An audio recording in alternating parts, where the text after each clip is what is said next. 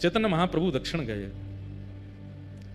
श्री रंगम श्री रंगनाथ भगवान पौढ़ानाथ उनके आंगन में खड़े हैं महाप्रभु चैतन्य, और जैसे ही कपाट खुले, महाप्रभु जी की स्थिति ऐसी थी, अभी हम जगन्नाथपुरी के पास राउल केला से कथा करके आए हैं, तो महाप्रभु जी के भाव अभी तक चित्त में हैं।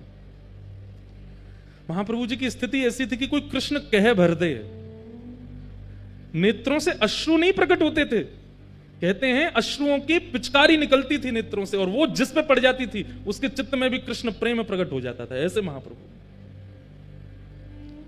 सोचो उनकी दशा, जब वो मंदिर में जाते होंगे, ठाकुर जी को देखते होंगे, तो उनकी स्थिति क्या होती होगी।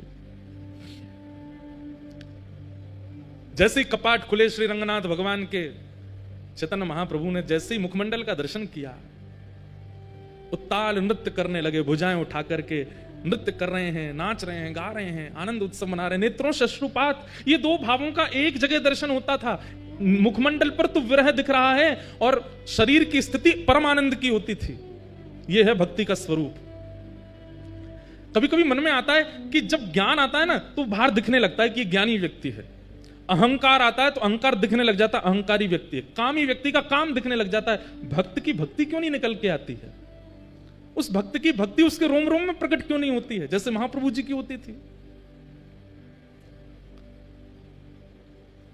चैतन्य महाप्रभु भाव नृत्य कर रहे थे। अब वहां कोई उनको कुछ समझ रहा है, कोई उनको कुछ समझ रहा है, लेकिन श्री रंगनाथ भगवान की आरती कर रहे श्री वेंकट भट्ट जी, गोपाल भट्ट जी के पिताजी, जिन्होंने श्री राधारमण लाल जी को प्रकट किया, ऐसे श्री गोपाल भट्ट जी के पिताजी श्री वेंकट भट्ट जी रंगनाथ प्रभु की आरती करने के बाद जैसे ही उन्होंने दर्शनार्थियों की ओर देखा प्रसाद वितरण के लिए, और दर्शनार्थियों में जैसी उनकी दृष्टि पड़ी श्री महाप्रभु चैतन्य पर, आप विश्वास नहीं करेंगे उनको क्या अनुभव हुआ। चैतन्य महाप्रभु को देखकर के उनके पलक झपकनी भूल गई। अपनी जिस अवस्था में थे उसी अवस्था में रह गए, अंदर गर्भगृह में वेंकट भट्ट जी। और थोड़ी देर में वो क्या देखते हैं कि चैतन्य महाप्रभु तो अंतर्ध्यान हो गए, साक्षात नारायण नृत्य कर रहे हैं महाप्रभु जी के रूप में। और वे अपने नेत्रों पर विश्वास नहीं कर पा रहे, अपनी आंख मीटते हैं, खोल के देखते हैं तो चैतन्य महाप्रभु हैं। और जैसे ही थोड़ी देर देखते हैं तो थोड़ी देर में ही गौर चैतन्य महाप्रभु श्याम हो जाते हैं, और मानो जैसे नारायण ही नृत्य कर रहे हैं। जैसे ही गर्भगृह में देखते हैं तो गर्भगृह में देखते हैं कि ठाकुर जी शेष शैया पे हैं ही नहीं, वो तो बाहर नृत्य कर रहे हैं। कभी दोनों युगल नृत्य करते हैं, कभी एकांत में चैतन्य महाप्रभु नृत्य करते हैं। इस स्थिति को देख करके श्री वेंकट भट्ट जी पहचान गए कि ये कोई सामान्य नहीं है। इनके नृत्य को कोई सामान्य समझ रहा होगा, इनके भाव को कोई कुछ समझ रहा होगा, पर ये सामान्य नहीं है, क्योंकि मुझे जो अनुभव हुआ वो मैं कैसे कहूं। बंधुओं, जब किसी महापुरुष का दर्शन करते हैं ना, तो उनका दर्शन करके उनके रूप, उनकी चाल, उनके पहनाव, उनके तिलक आदि, इन सबको अगर आप देख रहे हो तो अभी कुछ दिखा नहीं। अच्छा सुनो, हमारे बाबा गाते होंगे हरिप्रिया जी के पद। हरिप्रिया जी के पद सुने होंगे आपने।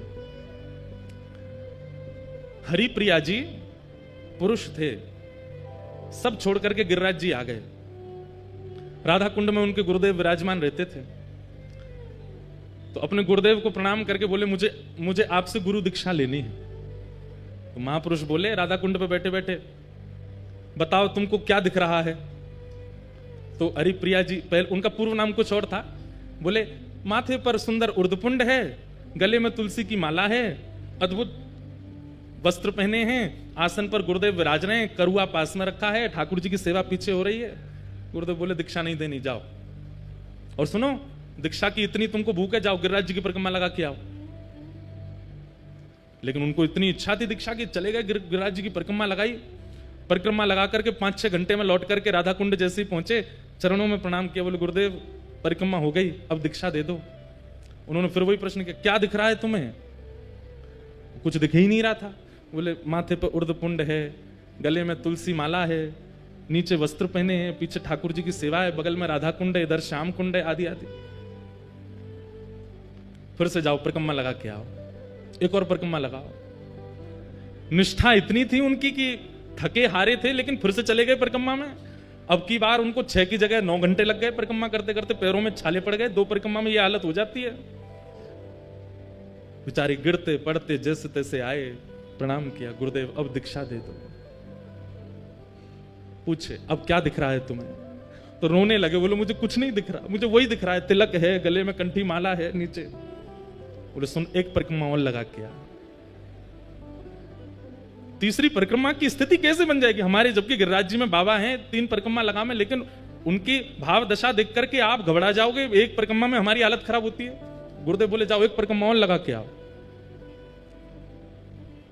गुरु आज्ञा मान करके चले तो गए, लेकिन गुरु की आज्ञा पर संशय नहीं किया, गुरु की आज्ञा पर बिल्कुल विचार नहीं किया, अपने पैरों के फोड़ों पर, पैरों में छालों पर चिंता नहीं की। गुरु आज्ञा कर रहे हैं, कुछ तो होगा, निकल गए। तीसरी बार जैसे वो जाने लगे तो उनके गुरुदेव पीछे बैठे बैठे देख रहे थे, उनके चरण की ओर देखा, छाले पड़े हैं, स्थिति चलने की नहीं है, और मैंने परिक्रमा की आज्ञा दी है, 22 किलोमीटर लगा के आनी है, तब दीक्षा मिलेगी, और ये चल दिया। तुरंत मन में आ गया भाव, श्री जी यहाँ पे कृपा करो। अब जैसे ही वो गिरिराज जी की परिक्रमा में गए तो उनको पहले तो लोग दिख रहे थे, पहले तो माताएं दिख रही थी, पहले तो भाई लोग दिख रहे थे। अब पता, अब लिख रहा है कि सब सहचरियां हैं, सब किसी के हाथ में चमर है, किसी के हाथ में बीड़ा है, किसी के पास कुछ है, किसी के पास, सब अलग अलग दिख रहे हैं। साक्षात गिरिराज जी ऐसे लग रहे हैं मानो कोई निकुंज भवन है, या कि कोई अटारी पर कभी श्री जी आ रही हैं, कोई अटारी पर श्याम सुंदर आ रहे हैं, कभी कहीं से मोर बोल रहे हैं, कहीं कहीं वीणा बज रही है, कहीं पर बंशी बज रही है। अब पूरी दृष्टि ही बदल गई।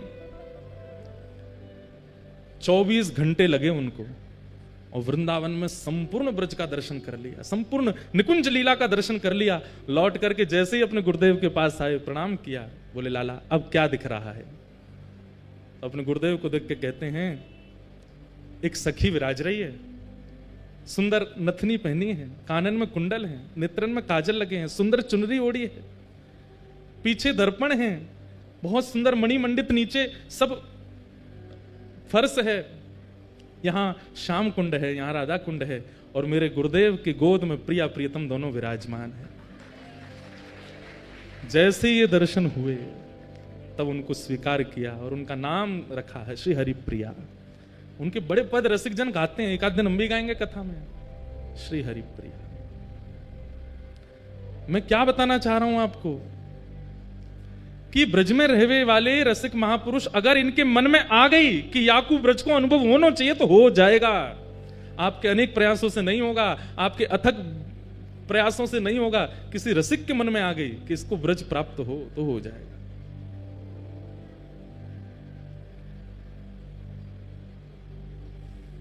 और उसके लिए उनका रूप, उनका श्रृंगार, उनका चंदन, उनका तिलक, उनके वस्त्र वो सामान्य नहीं दिखेंगे, उसमें कुछ अद्भुतता का अनुभव होगा। और जब तक वो अद्भुतता नहीं, जबरदस्ती की मत देखियो, कोई महापुरुष जा रहे हैं तुम जबरदस्ती ये तो देखो नथनी पहन के जा रहे हैं, कानन, जबरदस्ती नहीं देखना है। आपकी दृष्टि पड़ी और अपने आप दृष्टि में कुछ ऐसा भाव है, जरूरी नहीं सहचरी भाव में ही दिखें, किसी अन्य भाव में भी दिख सकते हैं। और तब तक वो भाव प्रकट नहीं होगा जब तक आपका साधन, आपका सेवा, आपकी रसिकन की संग ये सुदृढ़ नहीं होगी, तब तक ये दर्शन नहीं होगा। हम आप सब तो सही बताएं, जबरदस्ती बस आ गए वृंदावन में, हम लोगों को अनुभव है ही नहीं रहे होने की भी। गोपाल भट्ट जी के पिताजी वेंकट भट्ट जी ने महाप्रभु जी को देखा। श्री रंगनाथ भगवान की निज सेवा करने वाले वेंकट भट्ट जी बाहर आए और आकर के हाथ जोड़ के कहा, आप कौन हैं? मैं जब से आपको देख रहा हूं मेरे नेत्र आपसे हट नहीं रहे, आप में एक दैवी आकर्षण है जो मुझे खींच रहा है अपनी ओर। मैं नित्य नारायण की सेवा करता हूं, मेरा उनके प्रति जो ध्यान रहता है वैसा ध्यान मेरा आज तक किसी व्यक्ति विशेष के प्रति हो ही नहीं सकता, पर मुझे जैसी भावना उनमें लगती है वैसी आप में लग रही है। आप कौन है? तो महाप्रभु जी ने अपना परिचय दिया। बोले हम अभी विरक्त वेश में हो गए हैं और दक्षिण दर्शन करने के लिए आए तो यहां पहुंच गए। वेंकट भट्ट जी ने निवेदन किया, बोले कि आप बस एक कृपा कर दीजिए, क्या कहां रहेंगे यहां पर, कोई निवास स्थान? बोले अभी तो कुछ नहीं। बोले हमारे घर चलिए ना, वहीं विराजिएगा, हम पर कृपा कर देना। ये वृंदावन महिमामृत की रूपरेखा बता रहे हैं, कैसे निर्माण हुआ वृंदावन महिमामृत। चैतन्य महाप्रभु वेंकट भट्ट जी के घर गए। वेंकट भट्ट जी के सुपुत्र हैं श्री गोपाल भट्ट। भगवान की गुण मंजरी महाप्रभु जी जैसे ही घर पहुंचे, उनकी पत्नी, उनके रिश्तेदार सबने महाप्रभु जी का दर्शन किया। लेकिन जैसे ही श्री गोपाल भट्ट जी ने दर्शन किया, गोपाल भट्ट जी तो मानो जैसे उनकी भी स्थिति ऐसी हो गई, पलक झपकना भूल गए, पैर धर कहीं रहे, जा कहीं रहे, देख करके अपने अपने अपने वश में अपना शरीर नहीं है, ऐसी स्थिति हो गई। मैं एक बात कहा करता हूं, आचार्य चरणों के सन्मुख जाकर के अगर आपको ये याद रहा कि मैं किस कारण से आया था, मुझे क्या पूछना था, मुझे क्या बताना था, इतनी सुदबुद है तो समझो अभी कृपा ना भई। विस्मृति हो जाए, भूल गए सब, तब समझो कि हां अब दर्शन भये महापुरुष के। भूल गए, प्रश्न याद नहीं आ रहा है, क्या सोच के आए थे भूल गए, लाए थे माला लेके आए थे, प्रसाद लेके आए थे, दक्षिणा पोषा कुछ अर्पित करने, कुछ पता ही नहीं चल रहा है, उठा कुछ रहे हैं, धर कुछ रहे हैं, ऐसी स्थिति हो जाएगी। गोपाल भट्ट जी छोटे से हैं, अभी ज्यादा आयु नहीं है, लेकिन महाप्रभु जी को देख करके उनकी स्थिति ऐसी हो गई कि बस यही मेरे सब सर्वस्व है। इस सर्वस्व की भावना उनके प्रति प्रकट हो गई। महाप्रभु जी का एक वैष्णव भाव से जैसा सम्मान होना चाहिए, पूरे परिवार ने किया, माला पहनाई, चंदन लगाया, पोशाक उड़ाई, चरण धोए, सबने चरणामृत पिया। गोपाल भट्ट जी के मन में एक भावना आ गई, जब चरणामृत बांट रहे थे तो सबको थोड़ा थोड़ा ही दे रहे थे, मतलब जैसे एक ही बूंद गिरे, क्यों, जितना बच जाएगा सब मैं पी जाऊंगा, सबको बांट दूंगा तो मेरे लिए नहीं बचेगा, ऐसी भावना चित्त में आ गई। तो सब लोग हाथ पसार के खड़े, चरणामृत दो महाप्रभु जी का, तो गोपाल भट्ट जी छुआते हैं और न्यों देते हैं, एक ही बूंद गिरती है, अरे और दो, नहीं इतना ही लो, और जैसे सब में बांट दिया पता चली सब हो गया, जितना बचा सब पान कर गए स्वयं ही। आहा,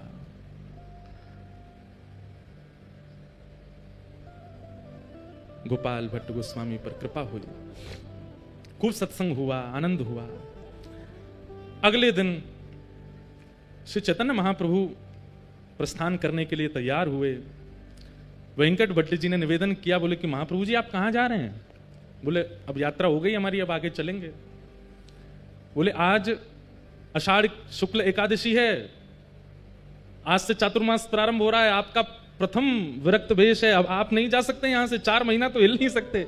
और पूरा घर नृत्य करने लगा। चैतन्य महाप्रभु चिंता में बैठे, बोले कि ये क्या हुआ, आज से चातुर्मास प्रारंभ हो गया, मुझे तो याद ही नहीं था। और सबसे प्रसन्न होकर के झूम रहे हैं श्री गोपाल भट्ट गोस्वामी, छोटे से। बोले तो हम पर कृपा करने के लिए ऐसा योग बना है कि आप भूल गए और वो दिन आ गया कि अब आपको यहीं रहना पड़ेगा। महाप्रभु जी बोले कैसे बताऊं कि गोपाल भट्ट तुम गुणमंजरी हो, तुम ही वृंदावन में श्री राधा रमण जी को प्रकट करोगे।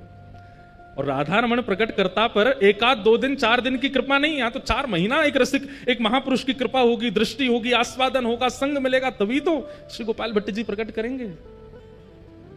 श्री गोपाल भट्ट की हृदय वेदना प्रगट्यो शाले ग्राम, रूप सुधा को खान हमारो श्री राधा रमण जी। इतना प्यारो ठाकुर मिलो है, क्योंकि महाप्रभु जी की। और देखिए कृपा भी कहां, दक्षिण में जाकर के श्री वेंकट भट्ट जी के यहां रंगनाथ मंदिर के पुजारी के घर के बालक के ऊपर।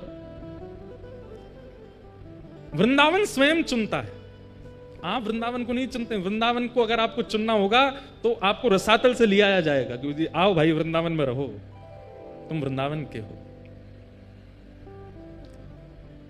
महाप्रभु जी 4 महीने वहां विराजे। वेंकट भट्ट जी के छोटे भाई थे, उनका नाम था प्रबुद्ध भट्ट।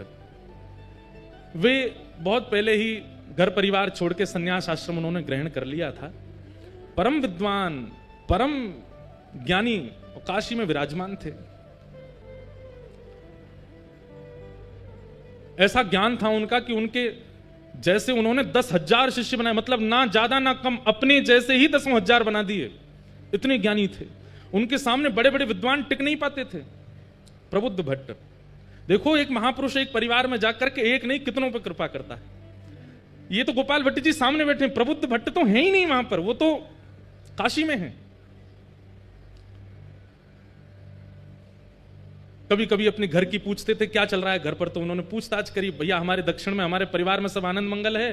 कोई गया था दक्षिण से, उसने जाकर के बताया, बोले महाराज आनंद मंगल, आपके यहाँ तो वेद पाठ आदि सब बंद हो गए, आपके यहाँ पे नित्य पूजा आदि यज्ञ हवन होम होते थे, सब बंद हो गया, अब तो एक ही चीज होती है। बोले क्या? भुजा उठा के हरि हरि बोलो, हरि हरि बोलो, सब प्रेम से बोलो, हरि बोलो, ये सब होता है। प्रबुद्ध भट्ट जी बोले ये कौन कर गया, ये क्या बोल रहे हो? ऐसा हो ही नहीं सकता। हमारे दोनों बड़े भैया बड़े वैदिक हैं और बड़े कर्मनिष्ठ हैं। कर्मकांड तो हमारे यहाँ रोज हवन होता है, रोज यज्ञ होता है, नियम से वेंकट रंगनाथ भगवान की सेवा अर्चना कैंकर्य होता है। ये क्या बोल रहे? बोले अरे महाराज आपको नहीं पता, आपके यहाँ की स्थिति सब बिगड़ गई है। कारण? बोले कारण कोई कृष्ण चैतन्य महाप्रभु हैं, वो पहुंच गए। कहते हैं उनको देखते ही प्रेम प्रकट हो जाता है चित्त में, उनको देखते ही भाव प्रकट हो जाता है। उन्होंने जाकर के आपके परिवार के ऊपर ऐसा टोना किया है, सब एक तरफ धर के केवल और केवल हरिनाम संकीर्तन करते हैं। ये सुनकर के प्रबुद्ध भट्ट जी को बड़ा क्रोध आया। बोले इसकी जानकारी बताओ तो मुझे, कौन है चैतन्य कृष्ण? उनके बारे में सब बताया। बोले कि अभी जगन्नाथपुरी में विराज रहे हैं और महाराज इनके ऊपर ऐसी शक्ति है, ऐसा टोन। अब ये तो देखो आज भी होता है, ये आज भी होता है। हमारे चित्र विचित्र बाबा गाते हैं, लोग बाग झूमते हैं, आनंद करते हैं, तो चार लोग बैठ के यूं भी कहते होंगे ये कुछ पी के आते हैं जो इनकी आवाज ऐसी आ जाती है, ये कुछ खा के आते होंगे ऐसा जो इनके स्वर ऐसे हो जाते हैं। हमारी पूनम दीदी जब गाती हैं तो भाव में नेत्रों से आंसू गिरने लगते हैं, उसमें भी लोग बाग बोली जबरदस्ती रोती हैं, इनके भाव नहीं आ रहे हैं, जबरदस्ती। लोग बाग बोलते हैं, लोग बोलना बंद नहीं करेंगे। आप भाव से राधा रमन जी के मंदिर में जाकर नृत्य करने लग जाओ, उधर नचकैया खड़ो है, नाच रहो है, ठाकुर जी के आगे भी मान नहीं रहो, यहीं पे नाच रहो है। आजकल हमारे लिए भी बन नहीं है बातें, तो क्या ये तो जब महाप्रभु जी को नहीं छोड़ा, जब मीराबाई को नहीं छोड़ा लोगों ने, तो फिर हम तो कहां नेक नेक से बालक हैं, हमको कैसे छोड़ दें? और ये भी कृपा है आपके लिए। चार लोग यूं कहें पाखंड है तब समझो कि हाँ बढ़िया है, ये भक्ति के आसपास सिक्योरिटी गार्ड तो भी आ गए। हमारे प्रेमानंद जी महाराज बेचारे कैसा राधा नाम प्रचार कर रहे हैं, उनके पीछे भी लोग पड़े रहते हैं, कुछ ना कुछ बोलते रहते हैं, कहते रहते हैं, करते रहते हैं। परंतु ये बात मान लीजिएगा, ये आपकी भक्ति की सिक्योरिटी हो रही है, अच्छा है। भ्रात श्री प्रबोधानंद जी कहते हैं भ्रातः तिष्ठ टले टले विटपिनाम ग्रामेषु भिक्षामटः। नहीं, श्री रूप गोस्वामी कहते हैं स्वच्छंदम पिबयामुनम जलमलम चीराणि कंथाम कुरु सम्मानम कलयाति घोर गरलम नीचपुमानम सुधा। वृंदावन में तो आपकी निंदा होने लग जाए तो समझो अब भक्ति सुरक्षित है, अब भक्ति बढ़िया है हमारी, अब यहाँ पे कोई की आंच नहीं आवेगी, बढ़िया है। बाहर खड़े हैं चार पहरेदार, और बहुत सम्मान होने लग जाए तो घबरा जाना कि कहीं हमारा नाम ना छूट जाए। तो प्रबुद्धानंद जी ने जैसे ही सुना, अच्छा प्रकाशानंद नाम हो गया था उनका, प्रकाशानंद जी ने जैसे सुना, अच्छा इसने मेरे घर जाकर के सबको, बोले हमारा वो गोपाल भट्ट उसकी क्या स्थिति है, वो तो बालक है, वो तो ठीक है, उसको बुला दो। बोले उसकी तो पूछो ही मत, वो तो दिन रात रोते रहते हैं। बोले दिन रात? बोले ठाकुर जी को नहीं, चैतन्य महाप्रभु को याद करके रोते हैं। प्रकाशानंद जी बोले ढूंढो इसको, कहां है? बोले ये तो अभी वहां हैं जगन्नाथपुरी में, इनको पत्र लिखो। पत्र लिख करके चैतन्य महाप्रभु को भेजा, और क्या लिखते हैं पत्र में? अरे चैतन्य, ना कोई नाम, ना कोई सम्मान, ना कोई उपाधि, चैतन्य।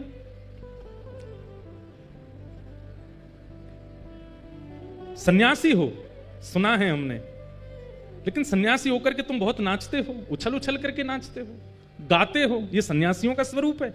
अरे सन्यासी हो तो सन्यासियों की तरह रहा करो, ये किस प्रकार का रूप प्रकट कर रहे हो? सन्यासियों को तो बहुत भाव से रहना चाहिए। और सन्यासियों का निवास स्थान जगन्नाथपुरी नहीं होता, सन्यासियों का निवास स्थान वृंदावन नहीं होता। सन्यासी ऐसे घूमते डोलते नहीं रहते हैं, सन्यासी तो गंगा ज्ञान के तट पर काशी में विराजते हैं, वेदों पर मनन करते हैं, शास्त्रों पर चिंतन करते हैं, लोगों को वेद शास्त्र पढ़ाते हैं, ये सन्यासियों का। और तुम क्या कर रहे हो? ये नाच नाच करके और दुनिया में कृष्ण नाम की, ये सन्यासी का स्वरूप नहीं होता। चैतन्य महाप्रभु गंभीरा में विराजमान थे, जगन्नाथपुरी में भावावेश में रहते थे। प्रकाशानंद जी का पहुंचा पत्र पढ़कर के शिष्यगण सब सुनाने लगे, और जैसे ही उसमें भाव सुने, इतना आक्षेप सुना, अपने बारे में इतनी निंदा सुनी, महाप्रभु जी प्रसन्न हो गए। जय हो जय हो जय जगन्नाथ, महाप्रभु जी की बड़ी कृपा, महाप्रभु जी का बड़ा अनुग्रह है। अरे भैया आज तो उत्सव होना चाहिए, लड्डू बांटो लड्डू बांटो। अच्छा है, जय हो हमारे गोपेश बाबा की जय। गौ माता की पूरे ब्रजमंडल में और पूरे भारतवर्ष में सेवा के प्रकल्प को लेकर के खूब महाराज जी सजग रहते हैं। ऐसे हमारे महाराज जी को बारंबार प्रणाम। क्या बता रहा था मैं? सुनो सुनो, इधर देखो। क्या बता रहा था मैं? हैं? हाँ, पत्र आया, लड्डू बांटो, रबड़ी बांटो। और संघ के जितने महाप्रभु जी के अनुयायी थे सब बोलने लगे, आप तो महाप्रभु हैं, पर हमको कितनी पीड़ा हो रही है ये पत्र पढ़ के। कोई आपके विषय में इतना बुरा भला बोल रहा है और आप इतने आनंद में हो। महाप्रभु जी बोले, नहीं नहीं, ये रक्षा है, ये भक्ति की रक्षा है, ये भाव की रक्षा है, ये हमारी सेवा की रक्षा है। ये रक्षा तो होती रहनी चाहिए, अच्छा है। मैं बहुत दिन से प्रयास कर रहा था, विचार कर रहा था, इतने प्रेमी ही प्रेमी मिल रहे हैं, कोई हमको निंदा करने वाला नहीं मिल रहा। बहुत अच्छा, ठाकुर जी ने चुन के भेजा, ये पत्र संभाल के हमारे कक्ष में रखो। ऐसे महाप्रभु जी। लेकिन उनके परम शिष्य स्वरूप दामोदर दास जी बोले, इसका उत्तर तो मिलेगा। महाप्रभु जी आप शांत रहिए, हम उत्तर भेज दे। बोले नहीं, उत्तर में कुछ ऐसा नहीं, ऐसा कुछ नहीं लिखेंगे, आपको पढ़वा के ही भेजेंगे। और उन्होंने उत्तर में क्या लिखा? हे प्यारे सखा, आपने जो बात कही कि सन्यासी को काशी में रहना चाहिए, गंगा के तट पर रहना चाहिए, शिव की आराधना करनी चाहिए, वेद वेदांतों का नियम पाठ करना चाहिए, आदि आदि। बोले आप जिन शिव की आराधना करते हैं, उन शिव के मस्तक पर जो गंगा है ना, वो महाप्रभु जगन्नाथ जी के चरणों से ही प्रकट होती है। श्री कृष्ण के चरणों से ही प्रकट होने वाली गंगा है, जिसके तट पर काशी विराजमान है। आप तो उस गंगा के तट पर रहते हैं जो ठाकुर जी के चरणामृत है। हम तो जगन्नाथपुरी में महाप्रभु जी के संग ही रहते हैं, जिनके चरणों से गंगा निकली, हम उनके साथ रहते हैं। और आप काशी की इतनी महिमा बता रहे हो कि काशी में मुक्ति मिलती है, सन्यासियों को रहना चाहिए, आदि आदि। वहां पर महादेव कान में मंत्र बोलते हैं काशी में, ऐसा कहते हैं मणिकर्णिका पर अगर संस्कार हो जाए किसी का, तो जीवन में उसने कितने भी पाप किए हों, महादेव उसके कान में राम तारक मंत्र बोलते हैं, उसकी सीधे भगवत प्राप्ति होती है। काशी में अंतिम संस्कार की बड़ी महिमा है। बोले वहां महादेव भी कान में आकर के राम कृष्ण का ही नाम बोलते हैं। तो इसलिए सन्यासी अगर काशी में ना रहे तो इसमें कोई दिक्कत नहीं है, वो तो साक्षात कृष्ण के साथ रहते हैं। ऐसा करके पत्र भेज दिया। लेकिन निंदा करने वालों को उत्तर देने से वो निंदा करना बंद नहीं करते, और ज्यादा करते हैं। प्रकाशानंद जी बोले, जानते नहीं है मैं कौन हूं और मुझे उत्तर दे रहे हैं, रुक जाओ मैं इनको बताता हूं। प्रकाशानंद जी पत्र लिखते हैं, हे चैतन्य, ऐसे ही बोलते, मैंने सुना है तुम दाल भात खाते हो, उसमें घी डाल डाल के खाते हो, छेना पोड़ा खाते हो, रसगुल्ला उड़ाते हो, महाप्रभु जगन्नाथ जी के 56 भोग बनते हैं, ये सन्यासी का भोजन है? सन्यासी तो एक समय पाता है, सन्यासी को तो ऐसे रहना चाहिए, सन्यासी तो आसन नहीं रखता, सन्यासी अपने भवन नहीं बनाता, सन्यासी ऐसे नहीं करता, आदि आदि सब बात बोल दी। बोले तुम तो नृत्य करते हो, ठुमक ठुमक के नाचते हो, उछल उछल के कीर्तन करते हो ठाकुर जी का, और 56 भोग उड़ाते हो। अरे तुम जानते हो वशिष्ठ ऋषि, तुम जानते हो कैसे कैसे सन्यासी परंपरा में हुए, उन्होंने भोजन प्रसाद त्यागा, तब जाकर के ठाकुर जी का भजन किया। और इतना होने के बाद भी उनके जीवन में विषयों ने कहीं ना कहीं आक्रमण कर दिया, और तुम तो महाप्रसाद पाते हो। और जगन्नाथपुरी में तो एकादशी भी नहीं होती है, वहां तो चकाचक स्कंद पुराण में आकंठ पाना चाहिए एकादशी के दिन। बोले इतना प्रसाद पाकर के, इतने 56 भोग पाकर के तुम सन्यास धर्म का निर्वहन कर ही नहीं सकते हो। ऐसा हो ही नहीं सकता कि विकार और विषय तुम्हारे चित्त में ना आते हों। ये पाखंड बंद करो, ऐसा करके पत्र लिख दिया। चैतन्य महाप्रभु के पास पत्र आया। महाप्रभु जी, किसका पत्र आया? बोले प्रकाशानंद सरस्वती, गोपाल भट्टी जी के चाचा जी। क्या लिखा? अरे ये तो मेरे परम प्रिय हैं, इन्होंने क्या लिख के भेजा, जरा बताओ तो। सब शिष्यों में होड़ लगी, इनके सामने पढ़ना ही नहीं है, कुछ उल्टा ही लिख के भेजा होगा। महाप्रभु जी बोले बैठो यहीं पढ़ के सुनाओ क्या लिखा है। पढ़ के पूरा बताया, ये लिखा है, ये लिखा है, ये लिखा। महाप्रभु जी और खुश हो, बोले लड्डू बंटवाओ, रबड़ी बंटवाओ, 56 भोग लगवाओ, आज भक्ति की और रक्षा हो रही है। अब नियम की रक्षा हो, पहले भक्ति की रक्षा, अब नियम की रक्षा हो रही है, अब सन्यास धर्म की रक्षा हो रही है। भैया इनका पत्र जब जब आए मेरे को जरूर सुनाना।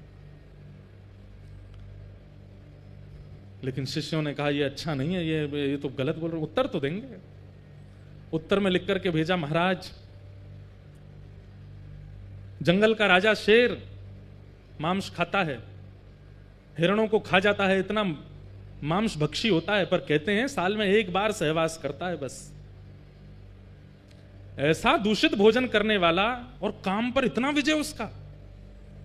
और वहीं वृक्षों पर रहने वाले ये पक्षी जो तिनका खाते हैं, दाल खाते हैं, उड़द सूखे सूखे कंकड़ खा जाते हैं, सूखे सूखे ये सब खा करके अपना पेट भरते हैं, और इनके काम में कभी भी कटौती नहीं होती, महाकामी होते हैं।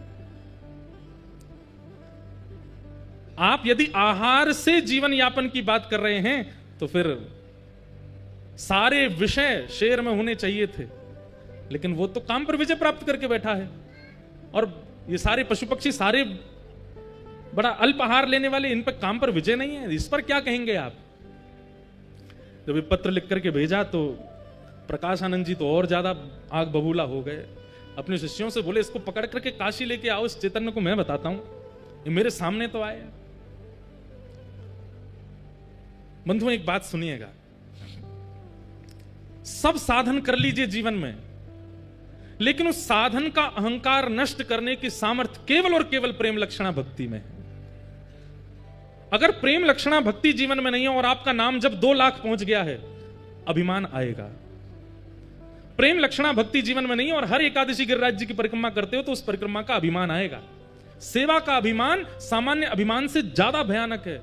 कई लोगों को सेवा का अभिमान हो जाता है, हम इतना नाम जप करते हैं, हम ऐसी सेवा करते हैं। अरे हमको कई बार मन में भाव आता, इतनी कथा कर रहे हैं, धुआंधार यहां से वहां भागते ही रहते हैं। अगर प्रेम लक्षणा भक्ति चित्त में होगी तो अपनी सेवा का अभिमान नहीं होगा।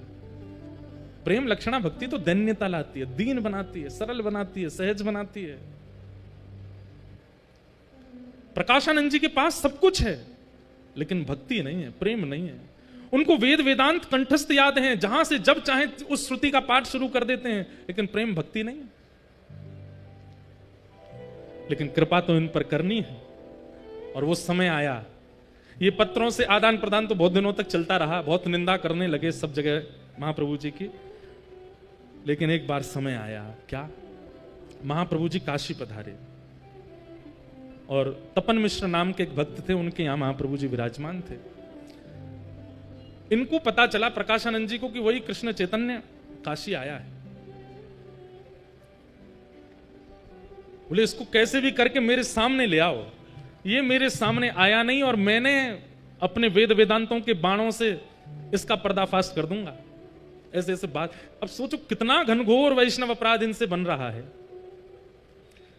वैष्णव अपराध के 2 ही निधान हैं। पहला निधान तो बहुसंख्या में वैष्णव यदि क्षमा कर दें तो वैष्णव अपराध दूर होगा, या जिसके प्रति वैष्णव अपराध बना है वो क्षमा कर दे तो वैष्णव अपराध दूर होगा। इतना भयानक वैष्णव अपराध बन गया था इनसे। अब महाप्रभु जी को इनके पत्रों से चिंता होती थी। क्या चिंता होती थी कि बोले भैया इनको गति कहां मिलेगी, ये जिस तरीके की भाषा बोलते हैं, जितना अपमान करते हैं, भले ही कुछ नहीं है लेकिन कृष्ण नाम तो बोलते ही हैं, इनकी गति कैसे होगी। अब महाप्रभु जी ने मन बनाया कि मुझे इनसे एक बार तो मिलना है, लेकिन कैसे मिलन हो। तब काशी में एक सन्यासियों की सभा हुई और उस सभा में सब सन्यासी पधारे, सब वेदज्ञ पधारे, सब ज्ञानी पधारे। तभी लोगों ने जाकर के प्रार्थना की महाप्रभु जी से कि आप भी चलो। महाप्रभु जी बोले हम भीड़ में नहीं जाते, सभा में नहीं जाते। बोले नहीं महाप्रभु जी आप चलेंगे, इतने लोगों को दर्शन होगा, चलिए ना। महाप्रभु जी आए। यहां मंच पर बैठे हुए प्रकाशानंद जी को पता नहीं था कि महाप्रभु जी आने वाले हैं। पूछने लगे, बोले भैया विलंब क्यों हो रहा है इतना ज्यादा, इसको सभा को आगे बढ़ाओ। तभी किसी ने कहा, बोले कृष्ण चैतन्य महाप्रभु आ रहे हैं, उनकी प्रतीक्षा हो रही है। प्रकाशानंद जी ने तो अपनी कमर कसी, सिर पर एक पटका सा बांधा, बोले आज आने दो, आज बढ़िया है, इतनी सभा है, सबके सामने इसको आज देखूंगा। हाथ कांप रहे हैं, क्रोध में पैर कांप रहे हैं, आंखें लाल पड़ गई हैं, ताम्रवर्ण हो गया है, कब आएगा कब आएगा, मेरे सामने तो पड़े एक बार। इतने में ही श्री चैतन्य महाप्रभु का आगमन हुआ और जैसे ही महाप्रभु जी का उस सभा में गृह में प्रवेश हुआ, मानो जैसे किसी ने जलाशय में बैठे हुए लोग थे और किसी ने करंट छोड़ दिया हो। जैसे ही महाप्रभु जी का आगमन हुआ, मानो महाप्रभु जी वहां आए और यहां आगे बैठा व्यक्ति कृष्ण कृष्ण कृष्ण कृष्ण कृष्ण, उसके मुख से नाम ध्वनि प्रकट हो गई। इतने में पीछे का कोई व्यक्ति कृष्ण कृष्ण कृष्ण कृष्ण, मुख से नाम प्रकट होने लगा। कभी वहां दूसरा व्यक्ति हरि बोल कहकर के नृत्य करने लगा। पूरी सभा मानो देखते ही देखते देखते और केवल नाम नहीं प्रकट हो रहा है, नेत्रों से भावाश्रु जल बह रहे हैं, सब भुजा उठा करके नृत्य कर रहे हैं। केवल महाप्रभु जी की उस सभा में आगमन मात्र से यह स्थिति हो गई। मंच पर बैठे प्रकाशानंद जी ने जैसे ही देखा, अभी ये नहीं पता था कि यही चैतन्य महाप्रभु हैं, देखते ही मेरे आंसू क्यों आ रहे हैं, मेरा शरीर क्यों कांप रहा है, कृष्ण कृष्ण कृष्ण, हरि बोल हरि बोल हरि बोल, ये कैसे शब्द मेरे भीतर से प्रकट हो रहे हैं। आसपास के अपने बालकों से बोले, तुमको भी मेरे अंदर से कृष्ण नाम सुनाई दे रहा? बोले, जी गुरुजी, ये मेरे आंसू क्यों आ रहे हैं? कुछ सभा में हुआ है क्या? तभी कोई कहता है, महाप्रभु कृष्ण चैतन्य आ गए। बंधुओं, विचार करके मन में भाव आता है, जिनकी उपस्थिति मात्र एक पत्थर हृदय के चित्त में भाव प्रकट कर देती है, कैसे महाप्रभु जी रहे होंगे। जिनको पता नहीं है वृंदावन क्या है, जिनको पता नहीं है कृष्ण कौन है, जिनको पता नहीं है युगल उपासना क्या होती है, ऐसे लोग उस सभा में बैठे हैं और महाप्रभु जी के आते ही सबके चित्त में कृष्ण प्रवाहित हो गए। किसी को अपने तन की सुध नहीं है, किसी को अपनी वाणी की सुध नहीं है, सब मानो जैसे एक व्यक्ति के हाथ में सबकी वाणी का कंट्रोल, सबके नेत्रों का कंट्रोल आ गया हो। और महाप्रभु जी दोनों भुजा उठाए, कभी यहां गिरते हैं, कभी वहां गिरते हैं, सब संभालते हुए आ रहे हैं।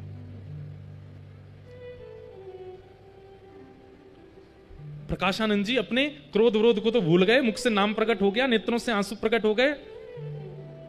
और तभी चैतन्य महाप्रभु आए और आकर के ऐसे ही नीचे सभा में ही एक जगह सी बना दी लोगों ने। अच्छा, एक बात मैंने पढ़ी कि लोग बाग स्पर्श करने जाते थे महाप्रभु जी का, तो संग में जो उनके गोस्वामी आदि सब रहते थे वो स्पर्श नहीं करने देते थे। क्यों? क्योंकि ऐसी भाव साम्राज्य में रहते थे महाप्रभु जी, अगर किसी ने स्पर्श कर लिया वो सह नहीं पाएगा। अपने आप ही पहले जगह कर दी, भैया दूर दूर बैठो, इनका स्पर्श मत करना। महाप्रभु जी आकर के बैठ गए और भाव से बैठ करके सब सन्यासियों को प्रणाम किया, सबके चरण रज को अपने माथे से लगाने लगे। पता नहीं प्रकाशानंद जी को क्या हो गया, लोग बाग प्रकाशानंद जी को देख रहे हैं कि अब ये क्या बोलेंगे, लेकिन प्रकाशानंद जी तो अत्यंत भाव में आ गए, उठ करके नीचे आए, बोले जय हो। आप नीचे क्यों बैठ गए, ऊपर आइए ना। नहीं नहीं, मेरा स्थान यहीं ठीक है। तो जैसे कोई नीचे बैठ जाए तो उसको पकड़ के ऊपर लाते हैं, तो जैसे ही हाथ पकड़ा महाप्रभु जी का, सब बोले ये नहीं करना था इनको, और जैसे ही स्पर्श किया है, हाँ कृष्ण हाँ कृष्ण हाँ कृष्ण कह करके वहीं गिर पड़े प्रकाशानंद जी। शरीर पूरा कंपन होने लगा, नेत्रों से आंसू गिरने लगे। महाप्रभु जी ने किसी से कहा इनको संभालो। सुनने में इस स्थिति को हम अनुभव ही नहीं कर पाएंगे जो स्थिति होती थी। हमारे अष्ट सखा गाते हैं, एक हमारे अष्ट सखाओं में एक सखा हुए, उनका नाम था छीत स्वामी। क्या नाम था? पहले इनका नाम था छीतू पंडा। क्या नाम था? ये बड़े उग्र स्वभाव के और मजाक मतलब संतों की उपहास करना, उनकी मजाक उड़ाना। उस काल में मथुरा आए थे हमारे श्री वल्लभाचार्य जी महाराज, और ये उनकी परीक्षा लेने के लिए गए थे। लेकिन जैसे ही महाप्रभु जी का दर्शन किया, दर्शन करते ही चित्त से सारे विकार खत्म हो गए, नेत्रों से आंसू गिरने लगे। चीत स्वामी जी ने एक पद गाया, और वही पद आज प्रकाशानंद जी के मुख से मानो प्रकट हो रहा हो महाप्रभु जी को देख करके। भई अब गिरधर सो पहचान, भई अब गिरधर सो पहचान, भई अब गिरधर सो पहचान, भई अब गिरधर सो पहचान। मतलब रसिक जनों के दर्शन बिना पढ़े बिना सुने, केवल दर्शन से ठाकुर जी की अपने आप पहचान होने लग गई। ठाकुर जी अपने आप समझ में आने लगे। कहां इतनी कथाएं, इतने प्रवचन सुनने के बाद भी ठाकुर जी का अनुभव नहीं होता, लेकिन एक रसिक की दृष्टि मात्र पढ़ने से ठाकुर जी से पहचान होने लगी। चीत स्वामी जी कह रहे हैं, मैंने कोई साधन नहीं किया, मैंने यमुना स्नान नहीं किया, मैंने कभी जाप नहीं किया, लेकिन इनके सामने बैठने मात्र से मुझे ठाकुर जी के रूप का बोध हो गया। तब उन्होंने ये गाया, भई अब गिरधर सो पहचान, भई अब गिरधर सो पहचान। कपट रूप छलवे को आयो, कपट रूप छलवे को आयो, पुरुषोत्तम नहीं जान, हाँ पुरुषोत्तम नहीं जान।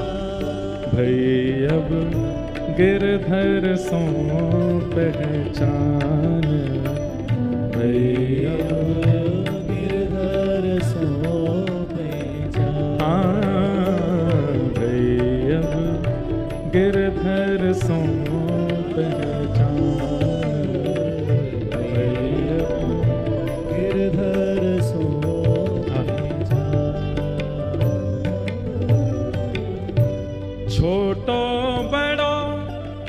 कछु नहीं जान्यो, छोटो बड़ो कछु नहीं जानो, छाए रहो अज्ञान, छाए रहो अज्ञान। जीत स्वामी जी कहते हैं मैंने छोटे बड़े को कभी पहचाना नहीं, कौन प्रणाम करने योग्य, कौन मित्र बनाने योग्य है, कौन त्यागने योग्य है, इनका बोध मुझे नहीं हुआ था। लेकिन इनके सामने बैठते ही मुझे अब दिखाई दे रहा है, मेरे मित्र जिनके संग में रहता हूं ये संग रहने लायक नहीं है, और जिन जिन का मैंने उपहास किया, जिन जिन की मैंने निंदा की, वो सब प्रणम्य थे। आज मुझे बोध हो गया है इनको देखने के बाद। ये महापुरुषों के दर्शन से होता है कि आपको विवेक बुद्धि जागृत हो जाती है। जीत स्वामी देखत अपनायो, जीत स्वामी देखत अपनायो, श्री विठ्ठल कृपा निधान, ओ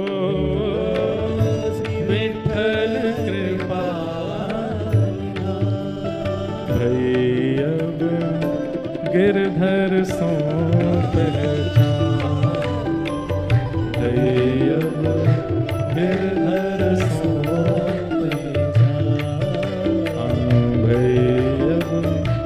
गिरधर सो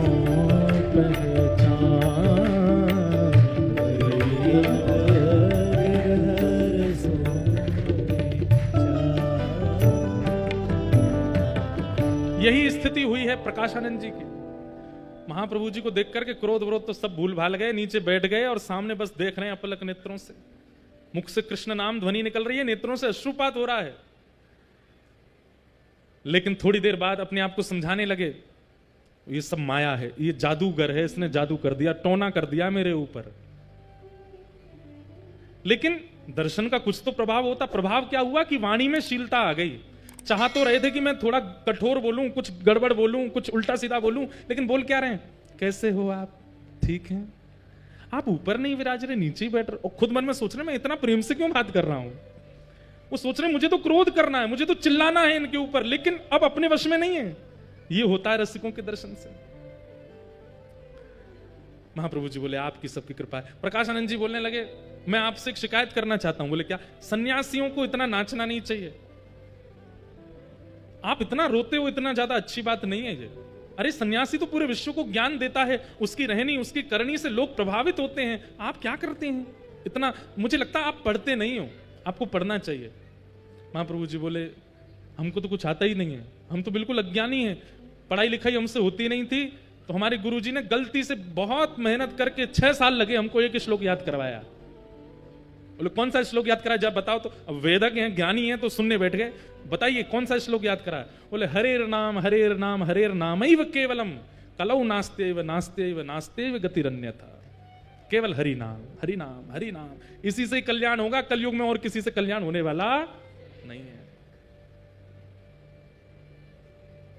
प्रकाशानंद जी बोले और आपने ये श्लोक याद करके जीवन में उतार लिया? बोले हाँ हमने तो भैया, मैं क्या बताऊं, गुरुजी ने ये श्लोक याद करा दिया, फिर हमने इसका अर्थ पूछा तो गुरुजी ने बताया कलयुग में केवल नाम से उद्धार होगा। फिर हमारे गुरुजी ने हमको महामंत्र दे दिया। बोले क्या है महामंत्र? बोले हरे कृष्ण कृष्ण कृष्ण हरे हरे, हरे राम राम राम। बोले बस ये 2 ही आते हैं हमको, और कुछ नहीं आता। और महाप्रभु जी वो तो सब जानते हैं, लेकिन बोल रहे हैं। प्रकाशानंद जी बोले आप एक काम करो अब। बोले क्या? अब मेरा लड़ने का मन नहीं है आपसे, आप अच्छे व्यक्ति हो, आपका स्वभाव स्वरूप देख के मुझे आप पे कृपा करने का मन हो रहा है। महाप्रभु जी बोले कर दो कृपा। बोले कृपा ऐसे नहीं करूंगा, तो पढ़ने आओ मेरे पास, मैं आपको वेद पढ़ाऊंगा।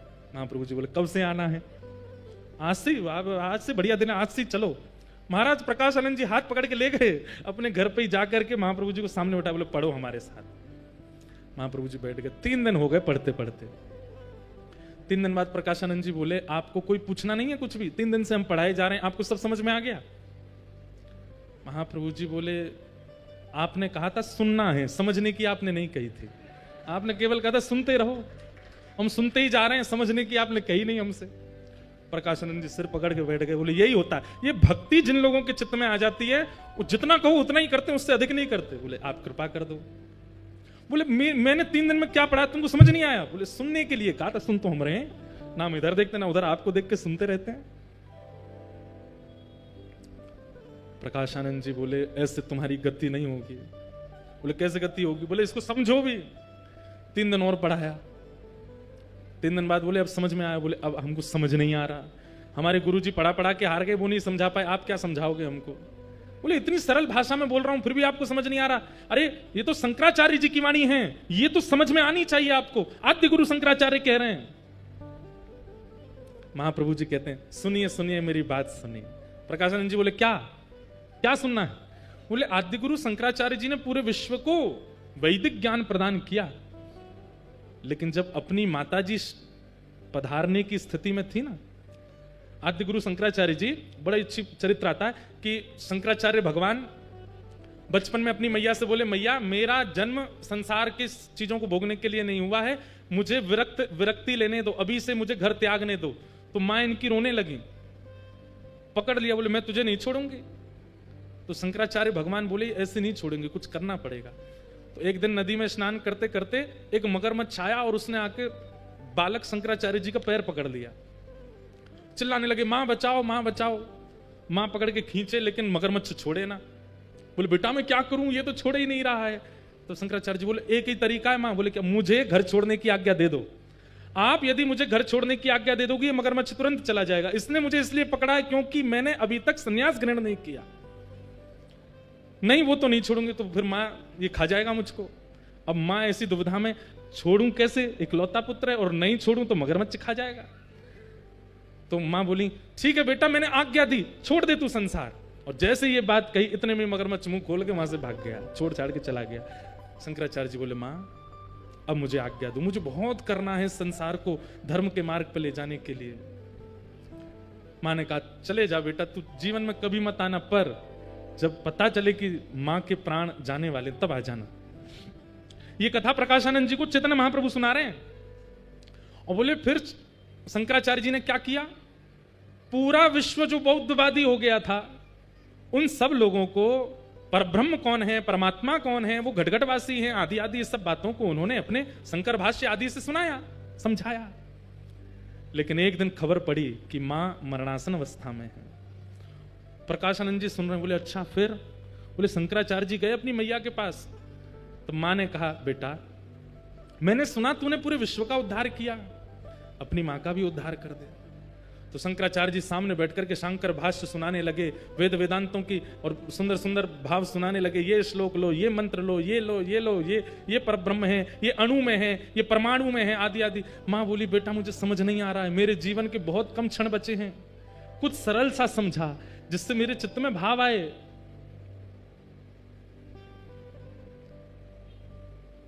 तब पता है प्रकाशानंद शंकराचार्य जी ने क्या सुनाया? बोले क्या सुनाया? बोले श्री कृष्णाष्टकम भजे ब्रजैकमण्डलम समस्त पाप खंडनम सुभक्त चित्तरंजनम सदैव नंदनंदनम सुपीच्छ गुच्छमस्तकम, जो पीली पीली पाग अपने सिर पर धारण करते हैं, सुनाद वेणुहस्तकम अनंग रंग सागरम नमामि कृष्ण नाम। और ये सुनते सुनते शंकराचार्य जी सुनाते सुनाते रो रहे हैं, और सुनते सुनते मां के नेत्रों से अश्रु निकले और भगवत धाम की प्राप्ति हो गई। अपनी स्वयं की जन्मदात्री मां के लिए शंकराचार्य जी कृष्णाष्टकम गाते, और आप मेरे को यहां पे वेद वेदांत पढ़ाने बैठ गए हो।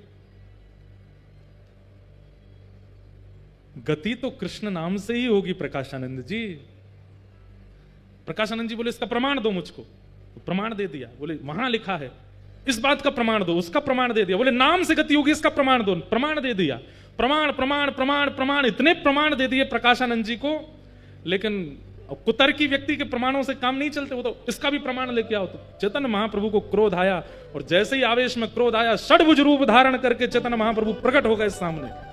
बोले तुझे प्रमाण चाहिए, देख प्रमाण, मैं ही प्रमाण हूं। और राम कृष्ण युक्त जब महाप्रभु जी का दर्शन किया, हाथ में धनुष बाण लगे हैं, कर में वंशी लगी है, जब षड्भुज रूप का दर्शन किया, बस एक क्षण के लिए दर्शन दे करके महाप्रभु जी ने तुरंत अपने भाव को अपने अंदर व्यवस्थित किया और चले गए वहां से। प्रकाश आनंद जी तो रो रो के बुरा हाल हो गया उनका, बोले कि ये सामान्य नहीं है, ये साधारण नहीं है, ये कोई टोना टोटका जादूगर नहीं है, ये तो साक्षात श्री कृष्ण है, ये साक्षात श्री राम है, ये साक्षात परमात्मा ही इनके चित्त में विराजमान है, मैं इनको सामान्य पुरुष समझ रहा हूं।